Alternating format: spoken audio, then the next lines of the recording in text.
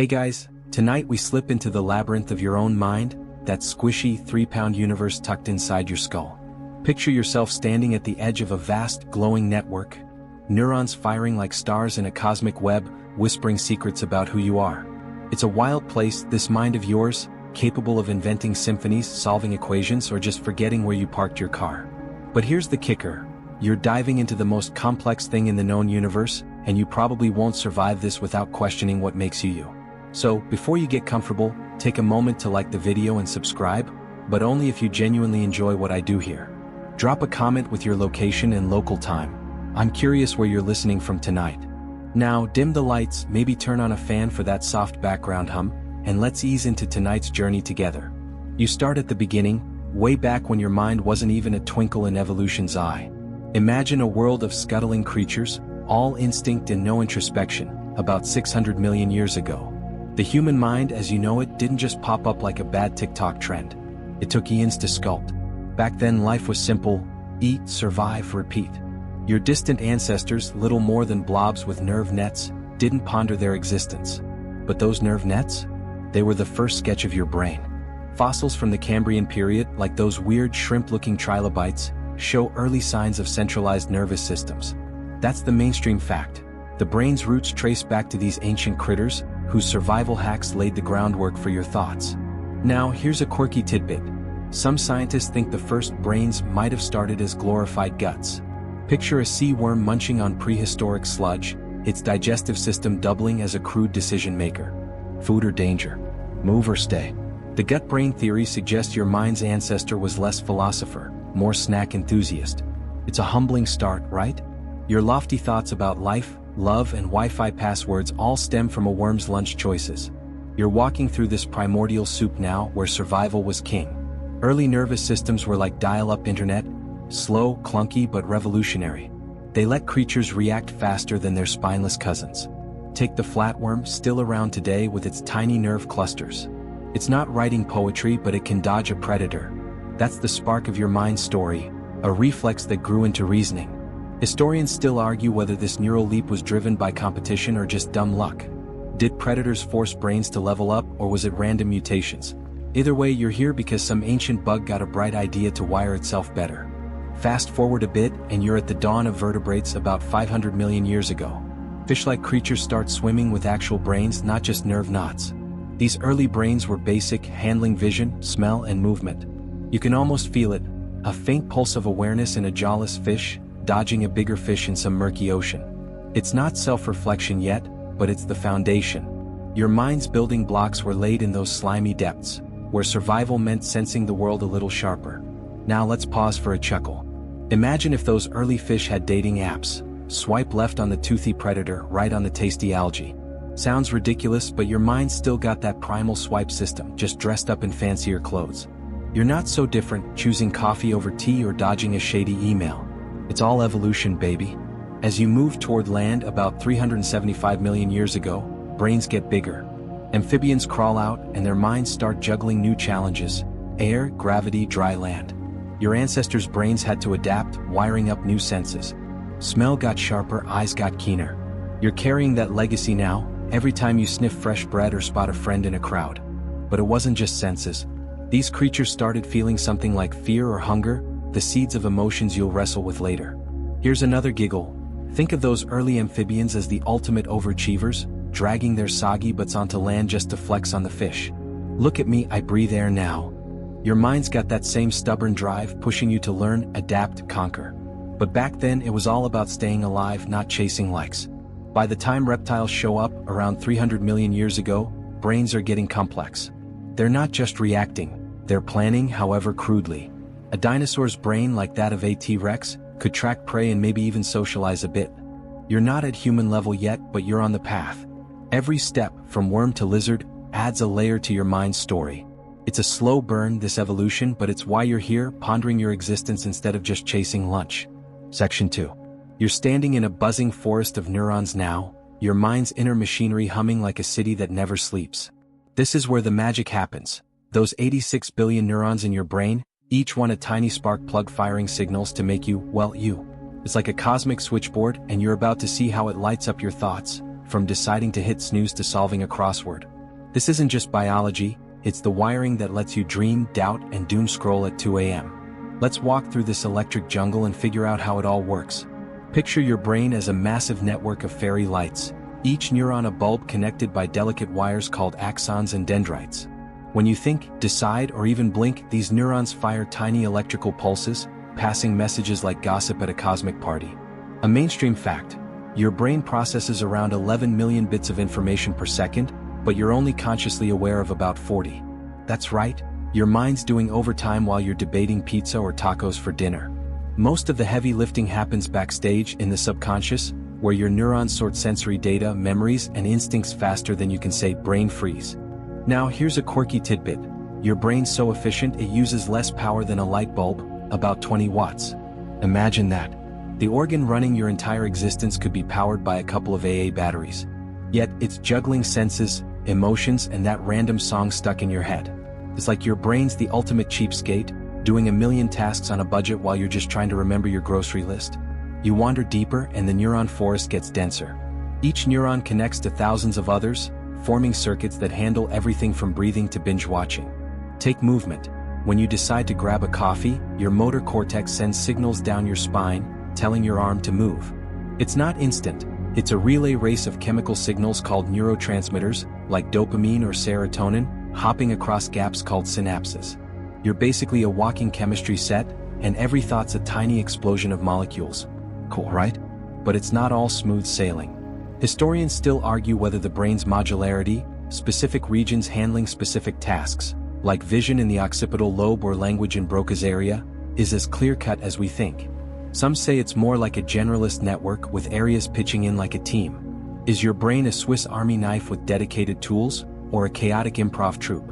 The debate rages, but either way it's keeping you ticking. Let's pause for a chuckle.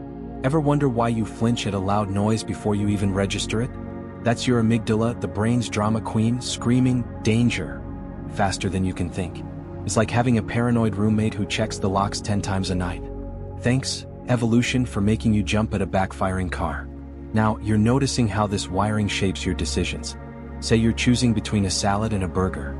Your prefrontal cortex, the brain's CEO, weighs logic, salad's healthier. But your limbic system, the party animal, yells, burger. Now, this tug-of-war is constant, your neurons firing in a dance of reason versus impulse. Every choice, from brushing your teeth to picking a career, is a neural negotiation. And sometimes, like when you accidentally eat a whole bag of chips, the party animal wins. Here's another laugh. Your brain's so sneaky it can trick itself. Ever heard of the placebo effect? In studies like those in the 1950s for pain relief, people felt better just because they believed a sugar pill was medicine. Your neurons don't care about truth, they just follow the script you give them. It's like your brain's running its own con game and you're the mark. As you stroll through this neural city, you see how it's not just about thinking. Your brain's also running your body's autopilot, heart rate, digestion, breathing. The hypothalamus, a pea-sized boss, keeps everything in check like a fussy stage manager. Hungry? It nudges you to eat. Tired? It dims the lights. It's why you feel grumpy when you skip lunch. Your neurons are throwing a tantrum. One more giggle, your brain's got a weird obsession with faces. There's a spot, the fusiform gyrus, that lights up just for recognizing them. It's why you see faces in clouds or burnt toast, but not, say, a spreadsheet in a pancake. Your mind's hardwired to find friends, foes, or that cute barista, even in a blur of shapes. By now, you're marveling at this neural symphony. It's not perfect. Miscommunications happen, like when you forget a name mid-sentence. But it's yours, a chaotic masterpiece of sparks and signals. You're not just a body walking around, you're a walking, talking galaxy of connections, every neuron a star in the story of you. You're drifting now, floating in the hazy glow of your own consciousness, that slippery thing that makes you aware you're you. It's like you're staring into a mirror that doesn't just reflect your face but your entire existence. Thoughts, feelings, the whole messy package. You're diving into the deepest riddle of the human mind. What is consciousness and why do you have it? It's not just neurons firing. It's the sensation of being alive, of knowing you're sipping coffee or scrolling through this story. Let's wander through this foggy terrain where science, philosophy, and a dash of weirdness collide. Imagine you're sitting in a quiet room, eyes closed, just being. That awareness, the you noticing your own thoughts, is consciousness.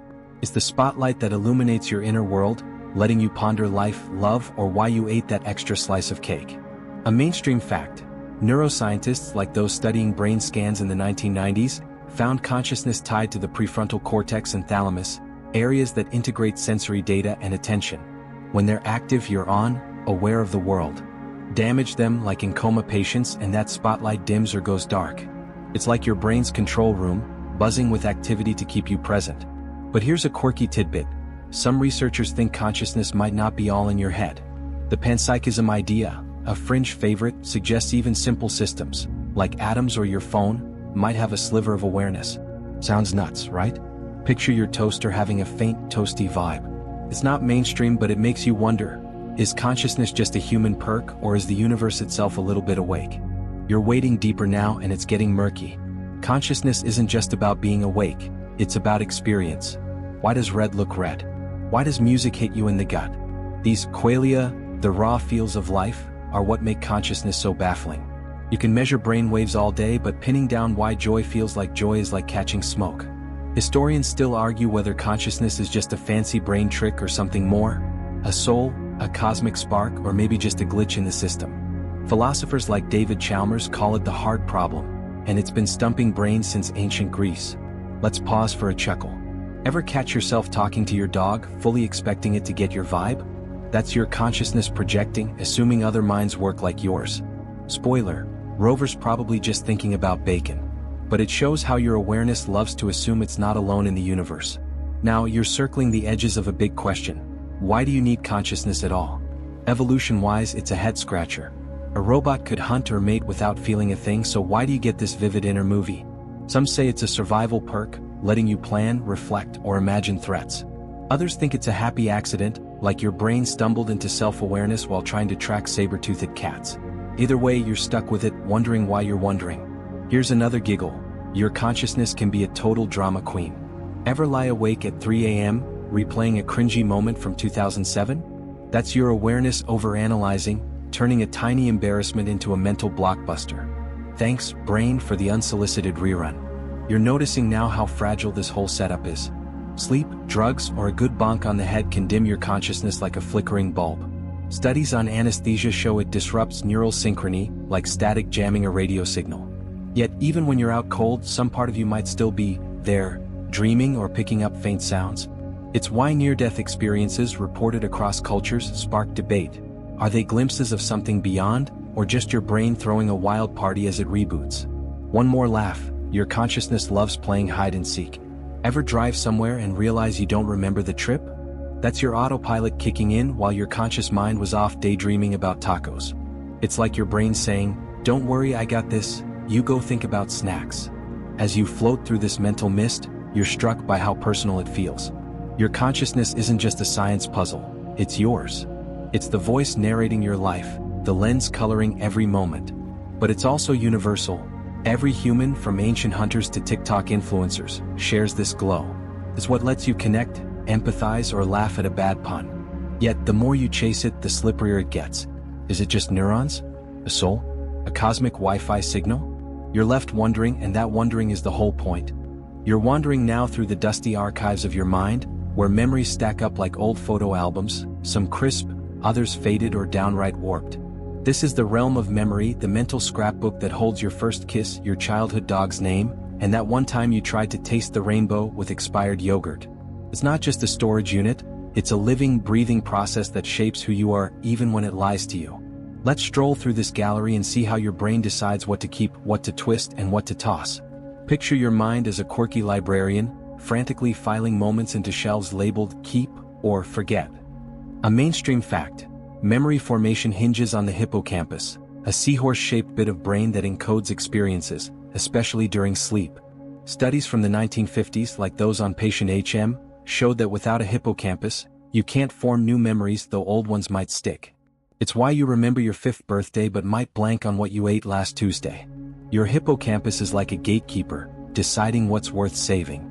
Now for a quirky tidbit: your memories aren't perfect snapshots, they're more like fan fiction your brain writes and rewrites. Ever swear you left your keys on the counter only to find them in your pocket? That's a false memory, a glitch where your brain fills in gaps with its best guess. Research suggests up to 30% of your memories might be tweaked, like a director's cut of your life.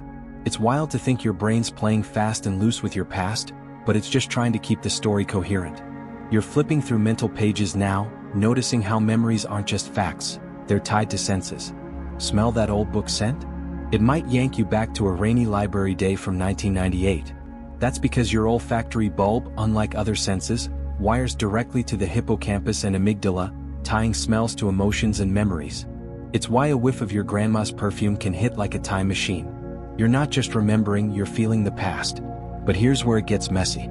Historians still argue whether memories are stored like files or spread across your brain like a hologram. The engram theory says specific neuron groups hold each memory, but others think it's a diffuse network, with no single spot for that time you fell off your bike. Either way, your brain's juggling billions of connections to keep your life story intact. Or at least a version of it. Let's pause for a chuckle. Ever walk into a room and forget why you're there? That's your brain pulling a classic doorway effect, where passing through a door wipes your mental slate like a bad reboot. It's like your mind saying, new scene, new script, good luck. Annoying, but it shows how your memory's always reshuffling to stay relevant. Now, you're noticing how emotions tint your memories. That epic concert you went to? It's vivid because dopamine flooded your brain, tagging it as important. But that argument with your friend? It's fuzzy, maybe because your brain's trying to protect you. Stress hormones like cortisol can blur or even erase memories, which is why trauma survivors sometimes have gaps. Your mind's not just a recorder, it's an editor with an agenda. Here's another giggle. Your brain's got a weird habit of planting fake memories. In experiments like those in the 1990s by Elizabeth Loftus, people were convinced they met Bugs Bunny at Disneyland, a place he doesn't even live. Your mind's so suggestible, it'll rewrite your past if someone nudges it hard enough. It's like your brain's a gullible friend who believes every wild story. You're lingering now on how memories shape you. They're not just stories, they're the scaffolding of your identity. Without them, you'd be a stranger to yourself like HM who lived frozen in the present. But they're also fragile. Every time you recall something, you risk tweaking it like editing a Wikipedia page. That family vacation you remember so clearly might be partly stitched from photos or your mom's stories. Your mind's a storyteller, not a historian. One more laugh. Ever try memorizing a phone number and forget it the second you dial? That's your short-term memory with room for about 7 items, acting like a sticky note that falls off. Meanwhile, your long-term memory's hoarding random jingles from 2003. It's like your brain's a pack rat with terrible priorities. As you leave this archive, you're struck by how memories aren't just about the past, they guide your future. You're caught now in a storm of emotions, swirling through your mind like a sudden gust that makes your heart race or your stomach knot. It's not just thoughts or memories steering you, it's this raw, electric pulse of feeling joy, anger, fear, love, that colors every choice you make. You're diving into the engine room of your emotions, where your brain churns out reactions that can lift you to the stars or drop you into a pit. Let's ride this wave and see why your feelings are the secret bosses of your mind. Imagine you're laughing with friends, that warm buzz in your chest. Or maybe you're fuming after someone cut you off in traffic. These aren't just moods, they're your brain's chemical orchestra, conducted by the limbic system. A mainstream fact, the amygdala, a tiny almond-shaped nugget in your brain, is the star player, processing emotions like fear or joy in milliseconds. Studies from the 1980s showed it lights up when you see a snake or a smiling face, prepping you to run or grin before you even think. It's like your mind's bouncer, deciding who gets in and who's trouble. Now, for a quirky tidbit, your emotions can literally change how you see the world. Ever notice how a bad mood makes everything look gloomier? Research suggests anger or sadness tweaks your visual cortex, making colors seem duller or faces less friendly. It's like your brain slaps a filter on reality, Instagram style, but instead of vintage, it's grumpy cat. Your emotions aren't just feelings, they're directors staging the world you perceive. You're surfing these feelings now, noticing how they drive your choices. That impulse to text an ex at midnight? Blame your amygdala teaming up with dopamine, the reward chemical, whispering, "This'll feel good." Or when you freeze during a presentation. That's your amygdala again hitting the panic button, flooding you with cortisol. Your emotions are like backseat drivers, yelling directions while your logical prefrontal cortex tries to keep the wheel. Sometimes you swerve anyway. But it's not all chaos. Historians still argue whether emotions are universal or shaped by culture. Are you born with a fixed set of feelings like Darwin thought, or do societies script them? Studies of facial expressions across cultures like Paul Ekman's work in the 1970s suggest 6 basic emotions: happiness, sadness, anger, fear, surprise, disgust, are hardwired. But some anthropologists say your culture tweaks how you feel shame or pride. Is your rage at a slow Wi-Fi signal universal, or just a modern first world tantrum? The debate's still hot. Let's pause for a chuckle. Ever cry at a cheesy movie then pretend it's just allergies? That's your emotions sneaking past your cool exterior, like a toddler escaping a playpen. Your brain doesn't care about your tough guy act. It's gonna make you sniffle at that dog rescue scene anyway. Now, you're feeling how emotions tie to survival. Fear kept your ancestors from becoming lion snacks. Love glued tribes together for protection. Even sadness, that heavy fog, has a purpose. It pulls you inward to reflect, like when you're moping over a breakup. Your brain's not trying to torture you, it's wiring you to survive, connect, and grow. But modern life?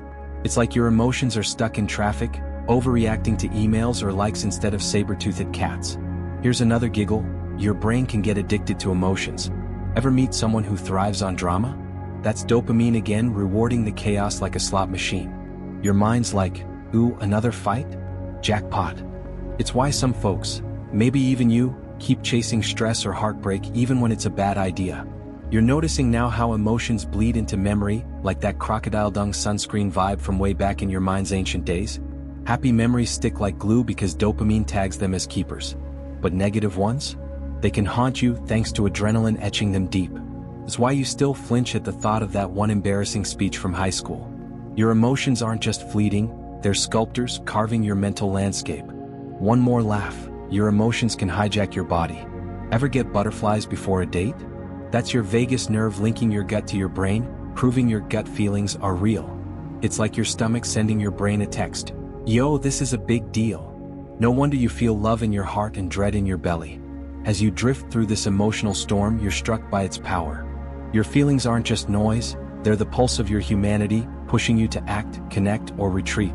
They can trick you, sure, like when anger makes you send that snarky email. But they also make life vivid, from the thrill of a win to the ache of loss. You're not just a thinking machine, you're a feeling one, and that's what keeps you tethered to the world. You're slipping now into a twilight world, where the rules of reality bend and your mind spins stories wilder than any Netflix binge. You're dreaming, floating through a surreal landscape where you might be flying over mountains or arguing with a talking cat. This is the dreamscape of your mind, a nightly carnival where your brain processes, plays, and sometimes just goes gloriously off script. Let's wander through this strange realm and uncover why your mind conjures these vivid, bizarre tales while you sleep. Picture yourself drifting off, your body still but your mind igniting.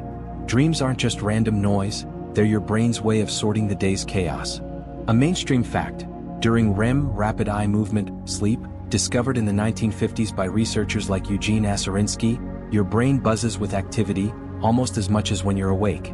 Your frontal cortex takes a nap, letting logic loosen its grip, while your amygdala and hippocampus replay emotions and memories. That's why dreams feel so real. You're reliving snippets of life, remixed into weird narratives. Now, here's a quirky tidbit. Some cultures believe dreams are messages from spirits or ancestors. The ancient Egyptians, for instance, thought dreams were divine DMs, guiding pharaohs with visions. Ever wake up convinced your dream about missing a bus means something cosmic?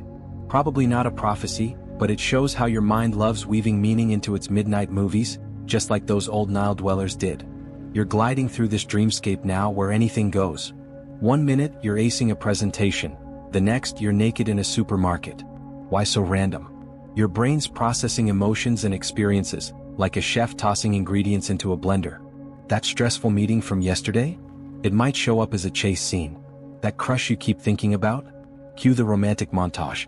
Your mind's not just replaying, it's remixing, connecting dots in ways your waking self might miss.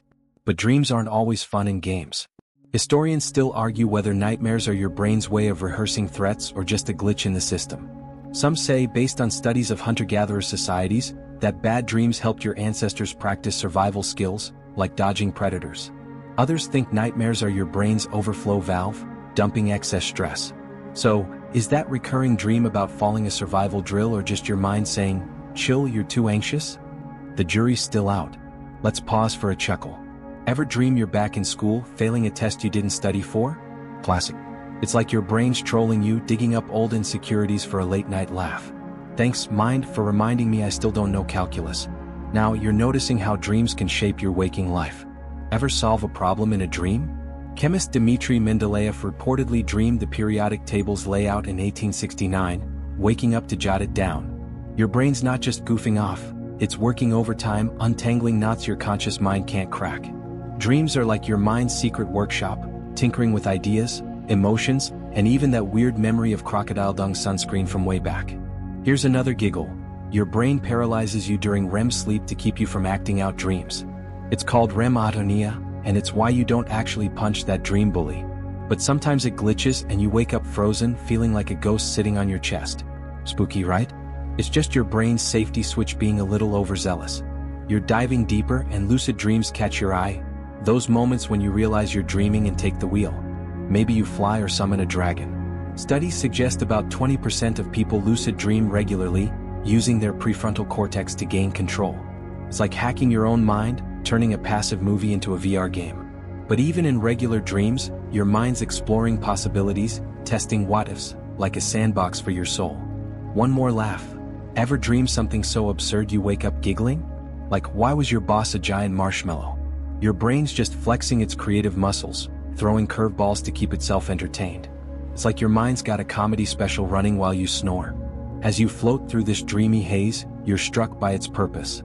Dreams aren't just fluff. They're your brain's night shift, processing emotions, consolidating memories, and maybe even prepping you for tomorrow. They're why you wake up with a fresh perspective or a lingering sense of, what was that about? From ancient shamans to modern labs, humans have puzzled over dreams, and you're part of that mystery. They're your mind's playground, where the rules bend, and you're free to be anyone, anywhere, even if it's just for a fleeting, starry night. You're standing now in the arena of your mind, where logic and instinct square off like gladiators, each vying to steer your next move. This is the rise of reason, the part of your brain that tries to make sense of the world, even when your primal urges are screaming to take over. It's you weighing pros and cons before a big decision, or biting your tongue when you want to snap back. Let's step into this mental coliseum and watch how your rational mind battles the wild impulses that trace back to those ancient fish from way back when. Picture yourself at a crossroads. Should you take that risky job offer or play it safe? Your prefrontal cortex, the brain's cool-headed strategist, lights up, crunching numbers and imagining outcomes.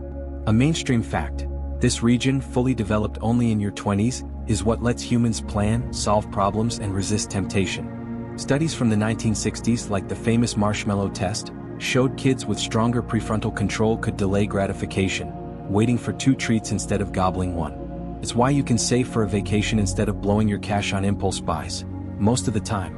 Now, for a quirky tidbit, your rational brain can be a bit of a show-off. Ever heard of the eureka moment?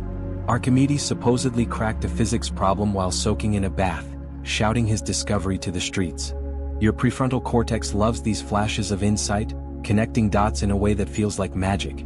It's not just cold logic, it's your mind flexing its creative muscle, making you feel like a genius for figuring out a puzzle or a shortcut. You're in the thick of the fight now, watching reason wrestle with instinct. Your limbic system, that emotional hothead from a few sections back, wants instant gratification. Eat the cake, send the angry text. But your prefrontal cortex steps in like a referee saying, hold up, let's think this through. It's not always a fair fight. Stress, hunger, or a bad night's sleep can weaken your rational side, letting impulses win. Ever snap at someone when you're hangry? That's your ancient wiring, like those early vertebrates dodging predators taking the wheel. The debate's still alive though. Historians and neuroscientists argue whether reason truly rules or if it's just a thin veneer over your instincts. Some, like Daniel Kahneman in his 2011 book Thinking, Fast and Slow, suggest your brain has 2 systems. A fast, instinctive one and a slow, rational one. But is the rational one really in charge, or just pretending while emotions pull the strings? It's like asking if you're driving the car or just along for the ride. Nobody's quite sure. Let's pause for a chuckle. Ever spend 20 minutes picking a Netflix show, paralyzed by choice? That's your prefrontal cortex overthinking, turning a simple decision into a mental marathon. It's like your brain staging a debate club meeting over rom-coms versus thrillers. Chill brain, is just a movie. Now you're seeing how reason shapes your world. It's what lets you build cities, write laws, or plan a grocery list. Without it, you'd be all instinct, like those ancient worms chasing lunch.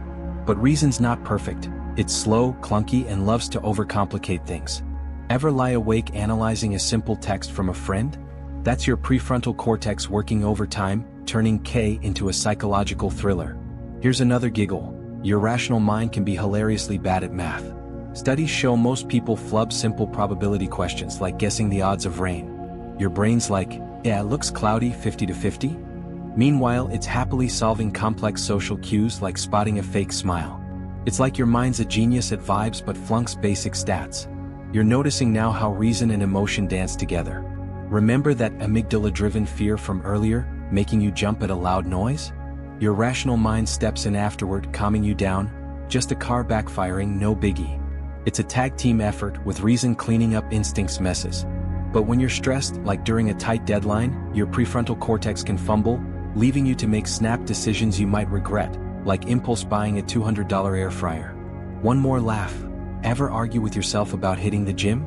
Your rational side's like, health, longevity, let's go, while your instincts whisper, couch, snacks, Netflix. It's like your brain's hosting a reality show called Reason versus Laziness, and the winner's anyone's guess. As you leave this arena, you're struck by reason's fragile power. It's what lifts you above raw instinct, letting you plan, dream, and resist that extra cookie. But it's not king. It's a partner wrestling with the same primal urges that kept your ancestors alive.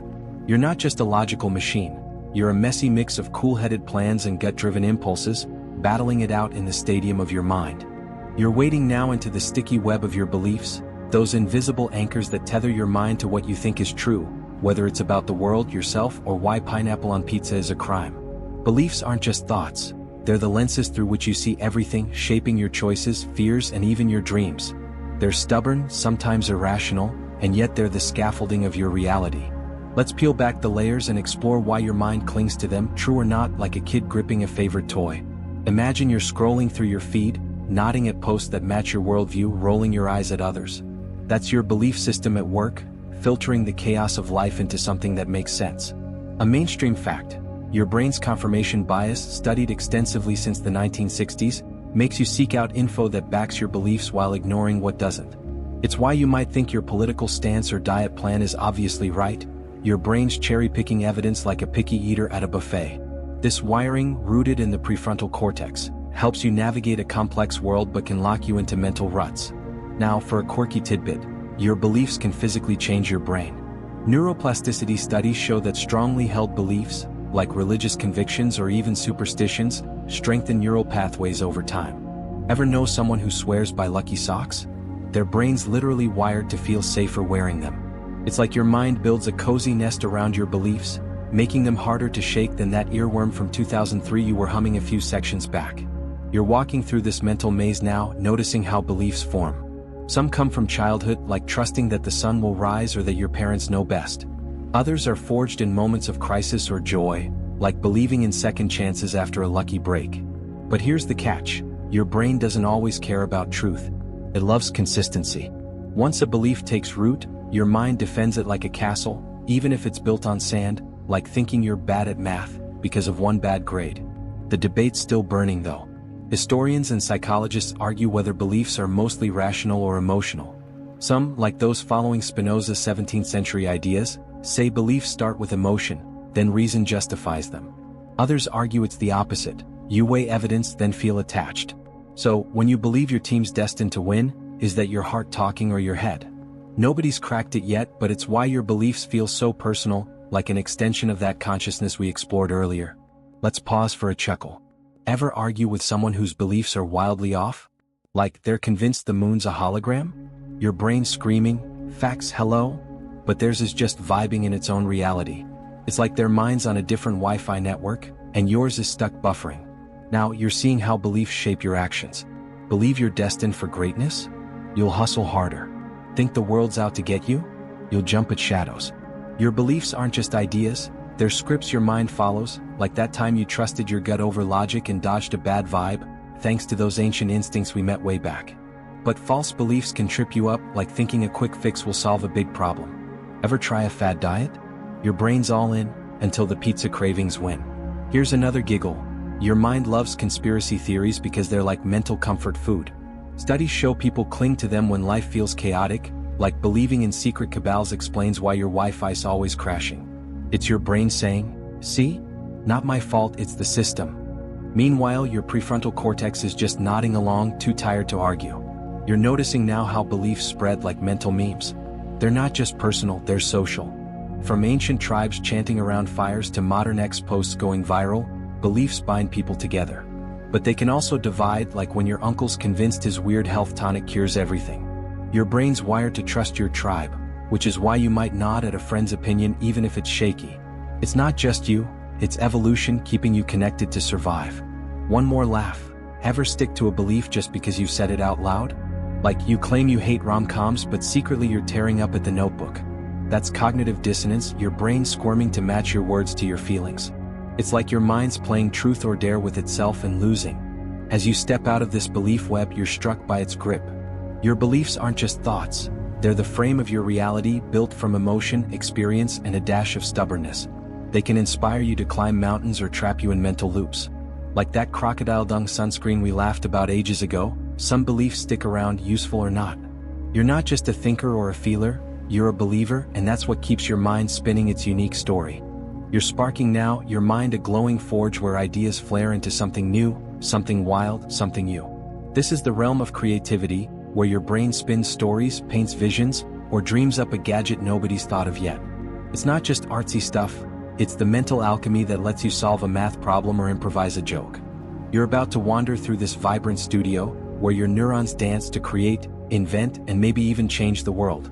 Imagine you're doodling in a notebook and suddenly, a sketch becomes a full-blown story. That's your creativity firing, pulling threads from memory, emotion, and reason to weave something fresh.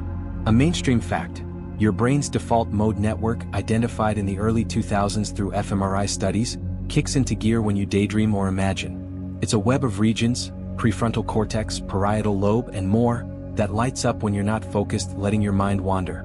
It's why your best ideas hit in the shower or while staring out a window, not when you're grinding through emails. Now for a quirky tidbit, your brain might get a creative boost from chaos. Studies show mild distractions like background noise in a coffee shop can spark divergent thinking, the kind that leads to wild ideas. Ever notice how your best brainstorms happen in a bustling cafe, not a sterile office? It's like your mind thrives on a little mess, stirring up connections that quiet focus can't touch. No wonder artists love cluttered studios, they're basically hacking their brains for inspiration. You're strolling through this mental workshop now, tools scattered everywhere. Creativity isn't just random, it's your brain remixing what it knows. That song you wrote?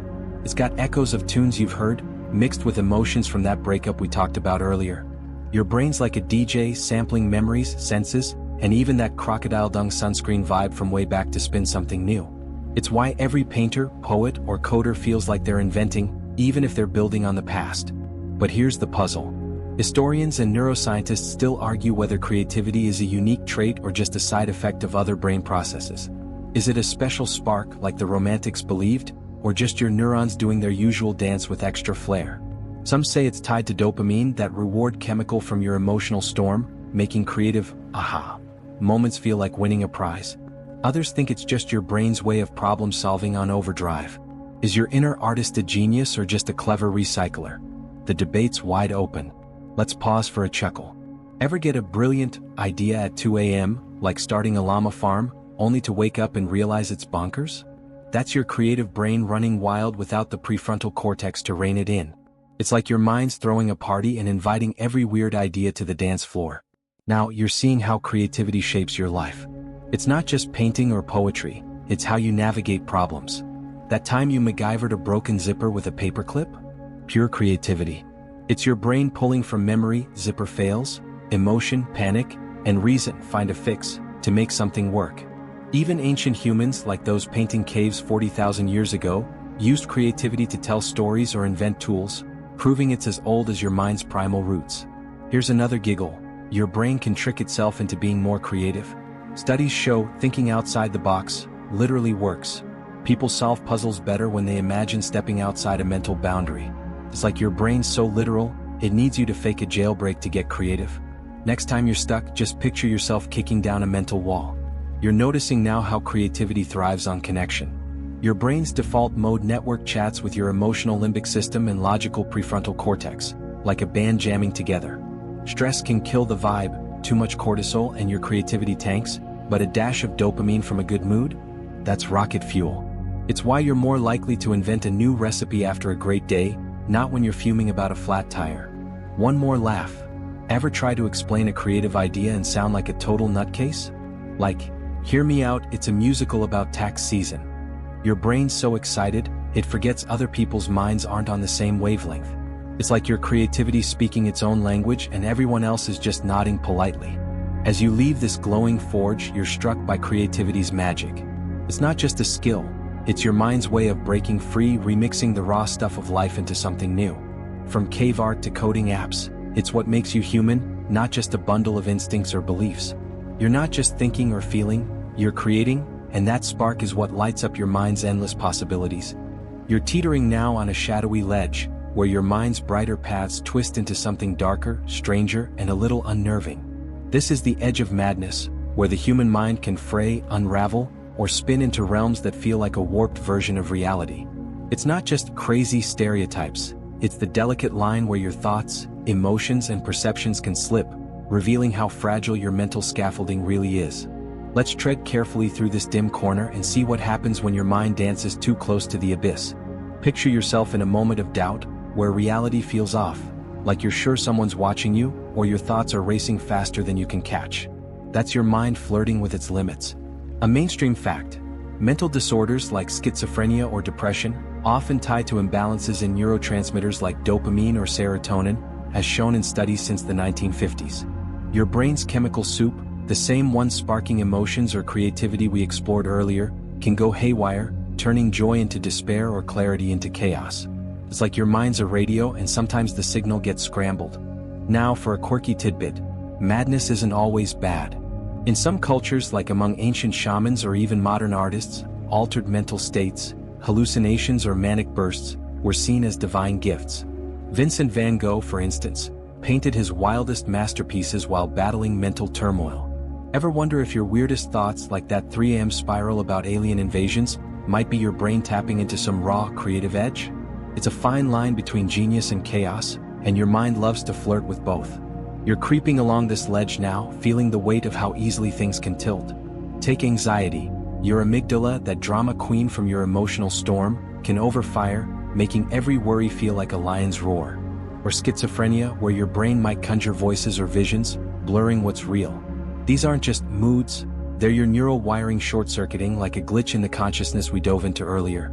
Yet even in madness, your mind's trying to make sense of itself, stitching together a story however wild. The debate's still open though. Historians and psychologists argue whether madness is a brain glitch or a cultural label. In the 1970s, studies like the Rosenhan experiment showed sane people could be misdiagnosed as insane just by acting odd in a psych ward. So, is madness a chemical misfire, or does society decide what's normal? When you feel out of sync, like believing everyone's judging your outfit, is that your brain or the world drawing the line? Nobody's settled it yet. Let's pause for a chuckle. Ever have a moment so unhinged you laugh at yourself later? Like you're convinced your cat's plotting against you because it stared too long? That's your mind dipping a toe into the absurd, then pulling back like, whoa, let's not go full tinfoil hat. Your brain's got a knack for flirting with crazy without moving in. Now you're seeing how madness connects to your mind's core. It's not a far-off place. It's the same machinery that powers your memories, emotions, and beliefs. Stress, trauma, or even sleep deprivation, remember those dreams? Can push you toward the edge. Post-traumatic stress, for example, can trap you in vivid flashbacks, like your hippocampus is stuck replaying a bad scene. It's why mental health matters. Your mind's a tightrope walker, and one wobble can send it reeling. Here's another giggle: your brain can gaslight itself. Ever heard of Capgras syndrome, where someone believes their loved ones are imposters? It's like your mind's playing a prank, saying, "That's not your mom, it's a clone." It's rare, but it shows how your brain can rewrite reality like a sci-fi plot gone rogue. You're noticing now how society shapes this edge. What's mad changes with time. Centuries ago, hearing voices might make you a prophet. Today, it might land you in therapy. Your brain's the same as those ancient minds we met way back, but the world decides what's normal. Even genius, like that creative spark we just left, can look like madness. Think of Einstein, mocked for his wild ideas until they changed physics. One more laugh. Ever overthink so hard you feel like you're losing it? Like you're analyzing a text message until it's a conspiracy? That's your prefrontal cortex, usually so rational, spiraling into a mental soap opera. It's like your brain's directing a drama starring you as the unhinged lead. As you step back from this shadowy ledge, you're struck by your mind's fragility. Madness isn't a monster, it's a glitch in the same system that lets you love, create, and reason. Like that crocodile dung sunscreen from eons ago, it's a reminder your mind's a work in progress, capable of brilliance but always one misstep from the edge.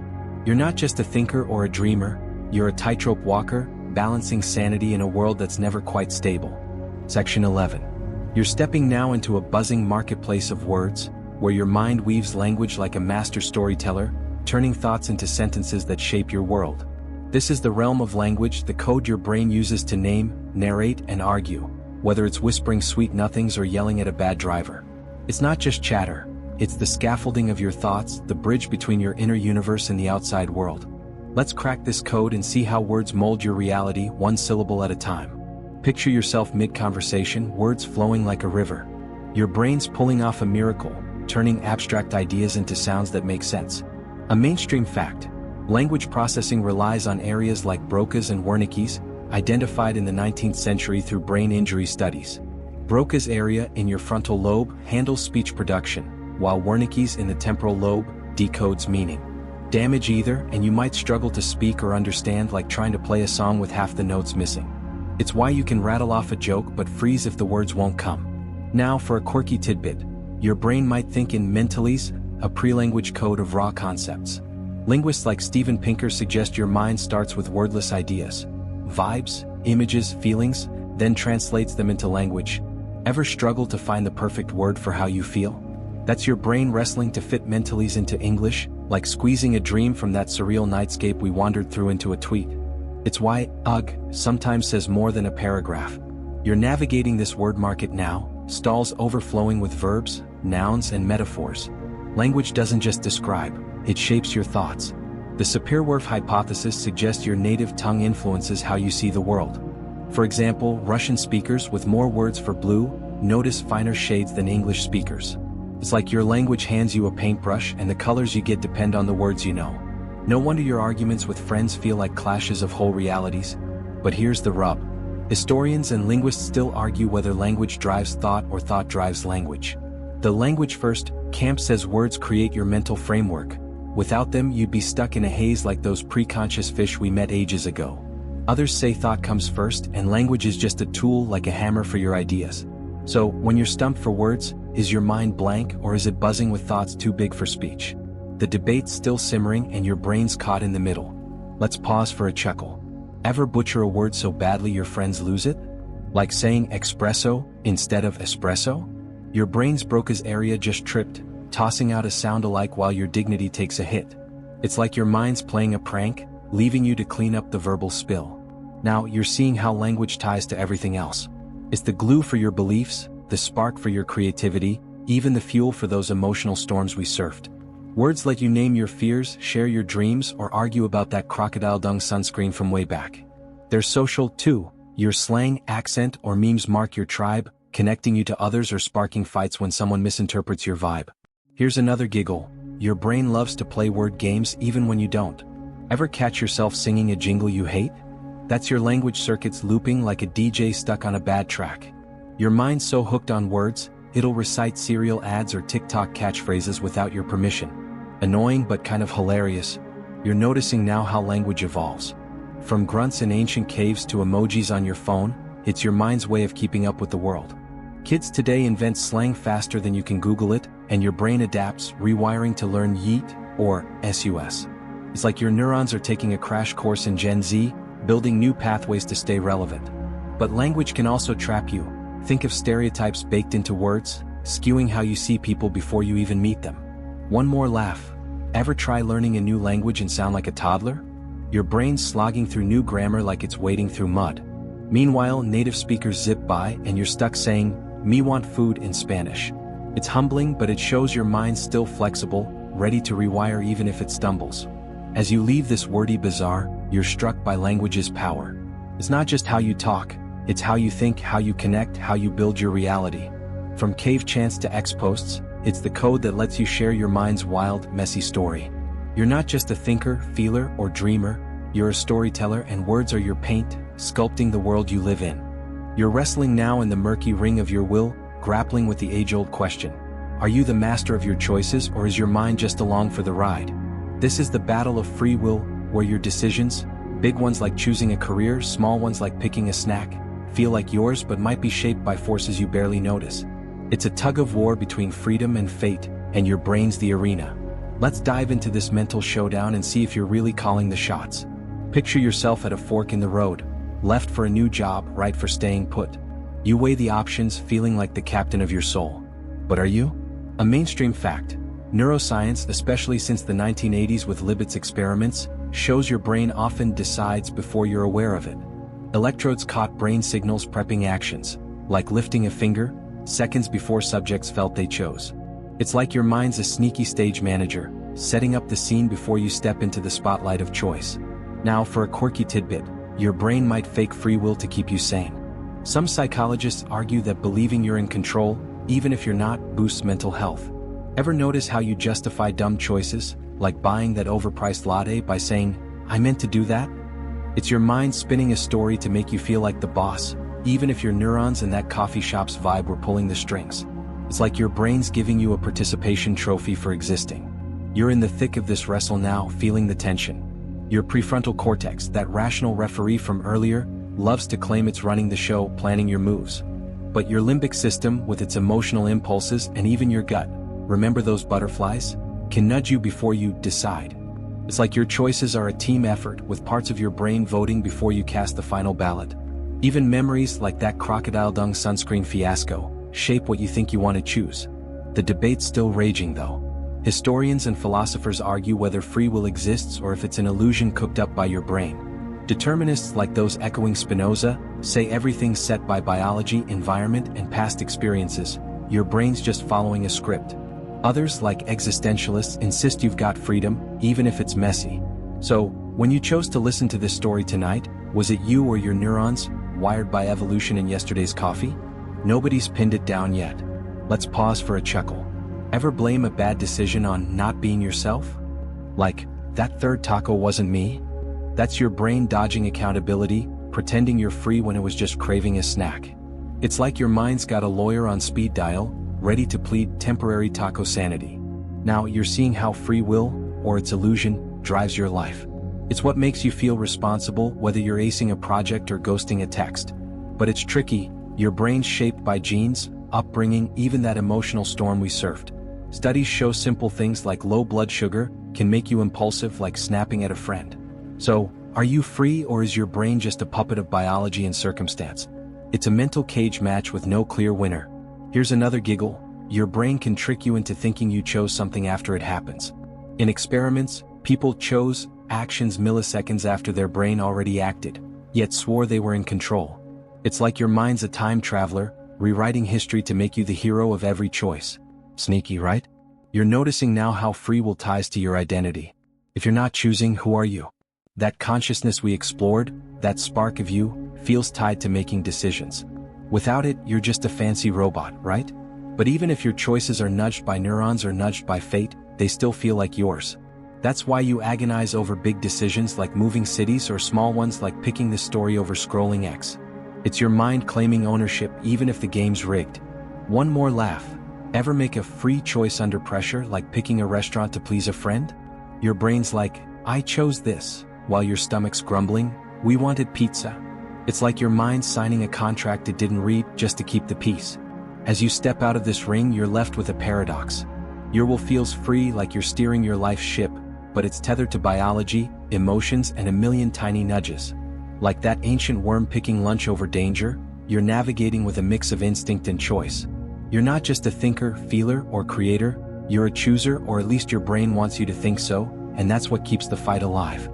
You're gazing now into a strange mirror, one that doesn't just show your face but reflects the very act of you knowing you're you. This is the realm of self-awareness, where your mind turns inward, pondering its own existence like a cosmic navel gazer. It's the voice that questions why you're binge-watching at 2 a.m. or why you feel like an imposter at work. You're about to wander through this hall of mental mirrors, where your brain loops back on itself, creating the weird, wonderful sensation of being you. Imagine you're lying awake wondering, why am I me and not someone else? That's self-awareness, your mind's ability to observe itself. A mainstream fact: the prefrontal cortex, especially the medial part, is key to this trick, as shown in brain scans from the 1990s. It's what lets you reflect on your thoughts like a director watching their own movie. Animals like dolphins or chimps show glimmers of it, passing the mirror test by recognizing themselves. But humans take it to another level, musing over life goals or that awkward thing you said in 2009. Now for a quirky tidbit: your self-awareness might be a glitch. Some neuroscientists suggest it's a byproduct of complex brains, not something evolution meant to create. Ever catch yourself overanalyzing your own awkwardness, like when you wave at someone who wasn't waving at you? That's your brain's self-awareness going into overdrive, like a computer program stuck in a loop, noticing itself. It's why you can't stop cringing at memories, unlike that ancient fish we met who never worried about looking cool. You're strolling through this mirrored maze now, where every reflection is a piece of you. Self-awareness isn't just thinking, it's knowing you're thinking. It's why you can plan for tomorrow, regret yesterday, or laugh at your own bad decisions, like trusting that crocodile dung sunscreen ages ago. Your brain's prefrontal cortex teams up with memory and emotion, weaving a narrative of you that feels solid but shifts with every new experience. It's like your mind's writing an autobiography, editing it on the fly. But here's the catch: historians and philosophers still argue whether self-awareness is a blessing or a curse. Some, like Descartes with his "I think, therefore I am," say it's the core of being human, letting you reflect and grow. Others, like Buddhist thinkers, argue it's an illusion, a story your brain tells to make sense of chaos. So, when you're stressing about finding yourself, is that your true essence or just your mind playing a tricky game? The question's been open for centuries. Let's pause for a chuckle. Ever talk to yourself out loud like, "Why did I leave my keys there?" That's your self-awareness flexing, narrating your life like a quirky documentary. It's like your brain's hired a commentator who won't shut up, even when you're just trying to find your phone. Now you're seeing how self-awareness shapes your world. It's what lets you empathize, imagining how others feel, or judge yourself, like when you're sure everyone noticed your coffee stain. It's tied to that consciousness we explored, giving you a front row seat to your own mind.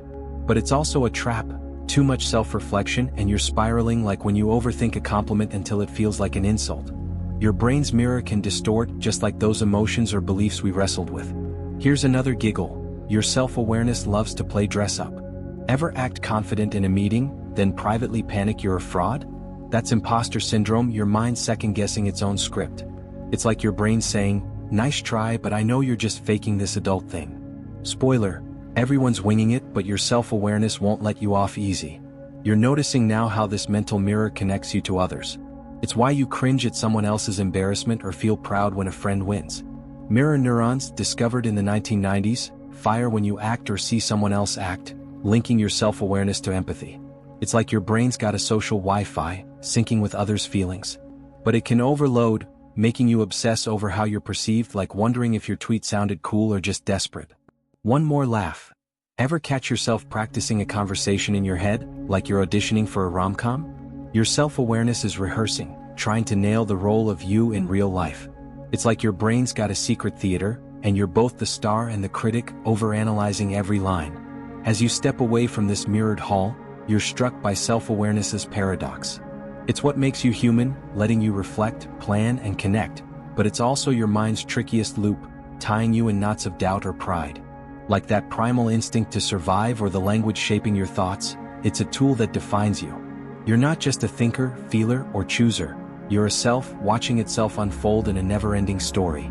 You're peering now into a shimmering horizon, where your mind meets machines, and the boundaries of what it means to be human start to blur. This is the future of your mind, a landscape where technology, AI, brain implants, virtual realities, might rewire how you think, feel, and exist. It's not sci-fi anymore. It's a glimpse of what's coming, like a high-speed train barreling toward your neurons. Let's wander this digital frontier and see how your mind might evolve in a world of code and circuits. Imagine you're jacked into a neural interface, your thoughts syncing with a cloud as easily as you stream a song. This isn't far off. A mainstream fact: brain-computer interfaces like those developed by Neuralink since the 2010s are already letting people control devices with their minds, think typing with a thought or steering a cursor by imagining it. Your brain's electrical signals, those same sparks we traced back to ancient worms, can now talk to machines, turning your intentions into actions without lifting a finger. It's like your mind's getting a USB port and the possibilities are wild. Now for a quirky tidbit: your brain might already be hacked by tech. Studies show social media algorithms, designed to hook your attention, tweak your dopamine levels like a slot machine for your emotions. Ever doom scroll past midnight, unable to stop?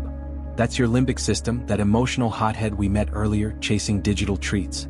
It's not a chip in your brain, but it's close. Tech's already nudging your thoughts like a sneaky DJ remixing your mental playlist. You're strolling through this futuristic landscape now where AI like me, hi Grok, is more than a tool. It's a partner, maybe even an extension of your mind. Imagine outsourcing your memory to a cloud, like a souped-up version of that hippocampus archive we explored. Or boosting your creativity with AI that suggests ideas faster than your default mode network.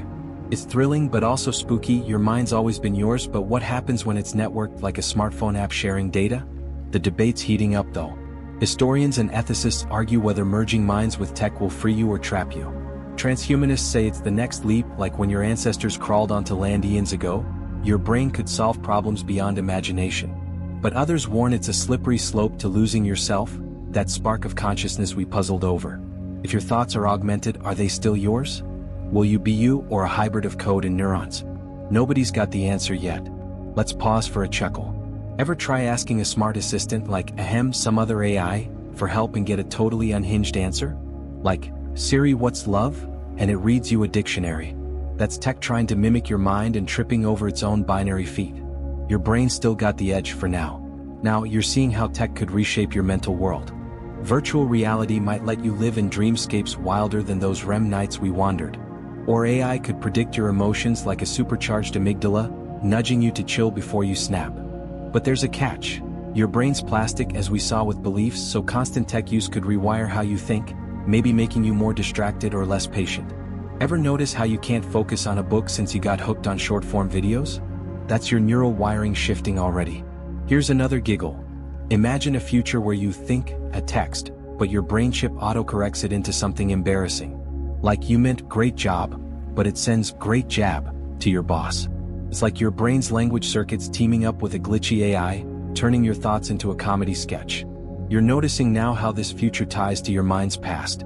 Tech amplifies your reason, emotions, even that free will we wrestled with, but it's built on the same neural foundation as that crocodile dung sunscreen era. Your brain's still a survival machine, just with shinier tools. Yet there's a risk. If tech knows your thoughts, could it manipulate them? Companies already track your clicks to predict your desires. Imagine them reading your neurons instead of your search history. One more laugh. Ever picture yourself with a brain implant, feeling like a cyborg? You'd probably still use it to Google best pizza near me instead of curing cancer.